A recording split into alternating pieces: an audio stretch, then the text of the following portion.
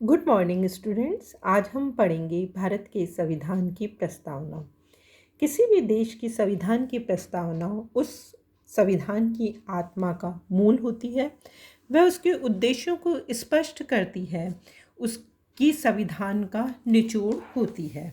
भारत की संविधान की प्रस्तावना भी हमारे देश की संविधान की आत्मा है और डॉक्टर ठाकुरदास भार्गव के द्वारा भारत की संविधान की प्रस्तावना संविधान का सबसे मूल्यवान अंग है। यह संविधान की आत्मा है, यह संविधान की कुंजी है।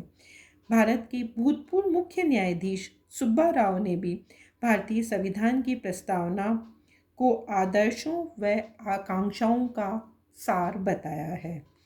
संविधान की आत्मा न केवल हमारे उद्देश्यों को संविधान के उद्देश्यों को स्पष्ट करती है, बल्कि अस्पष्टता या भ्रम की स्थिति में हमारे देश का, सरकार का और जनता का मार्ग निर्देश भी करती है।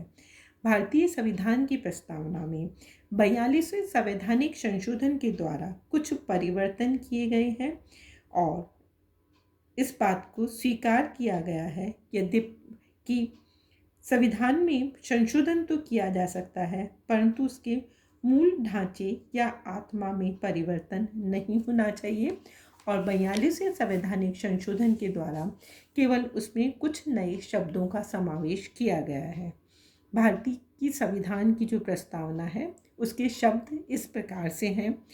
हम भारत के लोग भारत को एक संपूर्ण प्रभुत्व संपन्न लोकतंत्रात्मक गणराज्य बनाने के लिए तथा उसके समस्त नागरिकों को सामाजिक, आर्थिक व राजनीतिक न्याय, विचार, अभिव्यक्ति, विश्वास, धर्म और उपासना की स्वतंत्रता, प्रतिष्ठा व अवसर की समता प्राप्त कराने के लिए तथा उन सब में व्यक्ति की गरिमा और राष्ट्र की एकता सुनिश्चित करने वाली बंधुता बढ़ाने के लिए दृढ़ संकल्प होकर अपनी इस संविधान सभा में आज तारीख 26 नवंबर 1949 को एतत् द्वारा इस संविधान को अंगीकृत, अधिनियमित एवं आत्मार्पित करते हैं।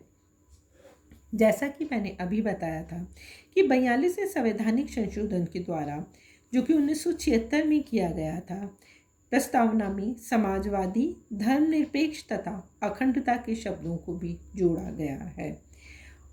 वर्तमान समय में यदि हम भारतीय संविधान की प्रस्तावना की व्याख्या करते हैं तो हम पाते हैं कि इस प्रस्तावना में एक एक शब्द को सोच विचार तथा तोल कर जोड़ा गया है और लगभग संविधान सभा के सभी सदस्यों की सहमति और स्वीकृति के द्वारा इस प्रस्तावना का निर्माण किया गया है। इस संविधान की प्रस्तावना में जो प्रमुख शब्द हैं वह है हम भारत के लोग। हम भारत के लोग अर्थात संपूर्ण भारत की जनता, संपूर्ण राष्ट्र इस प्रस्तावना को अंगीकृत, अधिनियमित तथा आत्मार्पित करती है। केवल संविधान सभा ही नहीं, यह प्रस्तावना संपूर्ण देश के द्वारा स्वीकृत किया गया है। संविधान की प्रस्तावना में संपूर्ण प्रभुत्व संपन्न शब्द का भी समावेश किया है, जो यह स्पष्ट करता है कि भारत अब संप्रभु राष्ट्र है, जो देश के आंतरिक तथा बाह्य दोनों मामलों में पूर्ण रूप से स्वतंत्र है। किसी भी विदेशी शक्ति का अब इसमें हस्तक्षेप नहीं है। हम अंतर्राष्ट्रीय संधि या समझौते को मानने, स्वीकारने के लिए बाध्य नहीं है। यदि कोई समझौता या संधि हम करते हैं तो स्वेच्छा से करते हैं और उससे स्वीकार करना भारतीय जनता की इच्छा पर निर्भर करता है। 42वें संवैधानिक संशोधन के द्वारा इस प्रस्तावना में समाजवादी शब्द का भी प्रयोग किया गया और इसे स्वीकार किया गया है कि जो समाजवादी व्यवस्था है वह भारतीय परिस्थितियों के अनुकूल बनाई जाएगी और संपूर्ण देश की जनता को समानता प्रदान की जाएगी।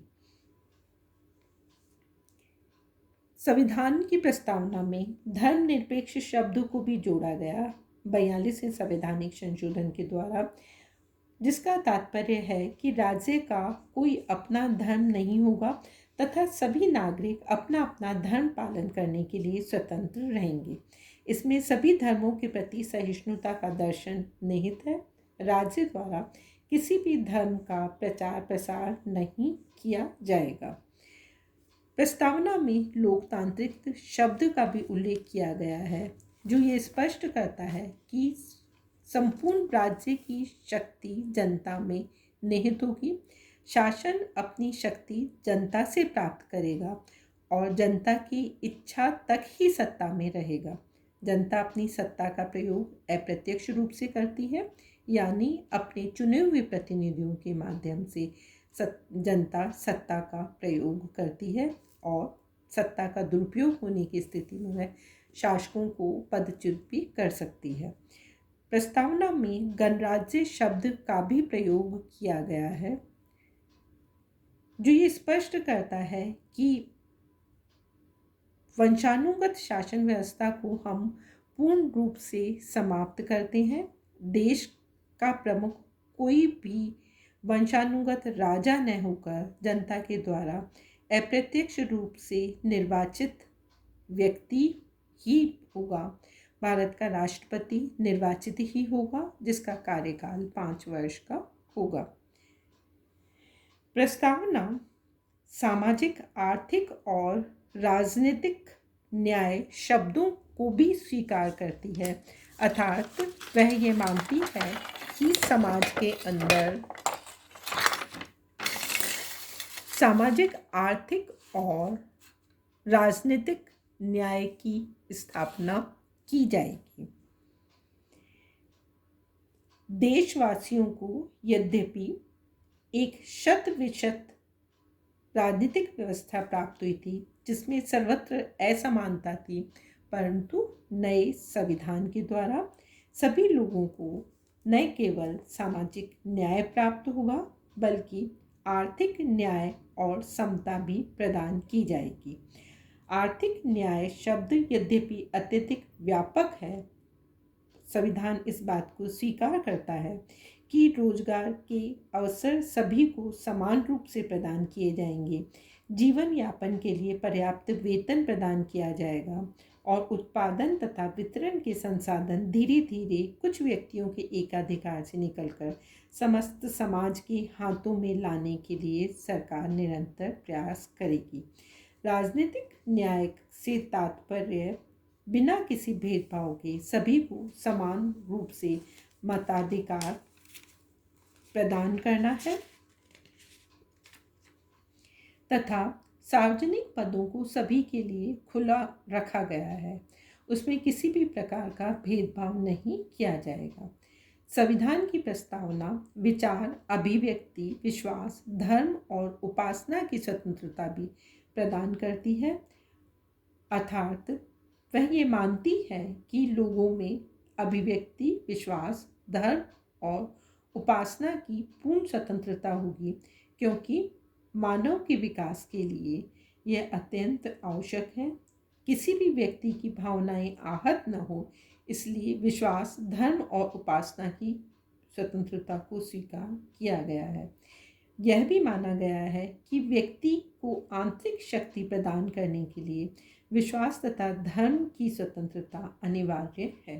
प्रस्तावना व्यक्ति की गरिमा में भी आस्था रखती है और ये मानती है कि भारत एक बहुआयामी समाज है, जहाँ भाषा, क्षेत्र, धर्म, रीति रिवाज आदि बहुरंगी व्यवस्था है और इस बहुरंगी व्यवस्था को बनाए रखने के लिए मानव में किसी भी प्रकार का भेदभाव नहीं होना चाहिए और मानव की गरिमा का सम्मान किया जाना चाहिए। प्रस्तावना राष्ट्र की एकता, अखंडता सुनिश्चित करने वाली बंधुता में भी विश्वास करती है।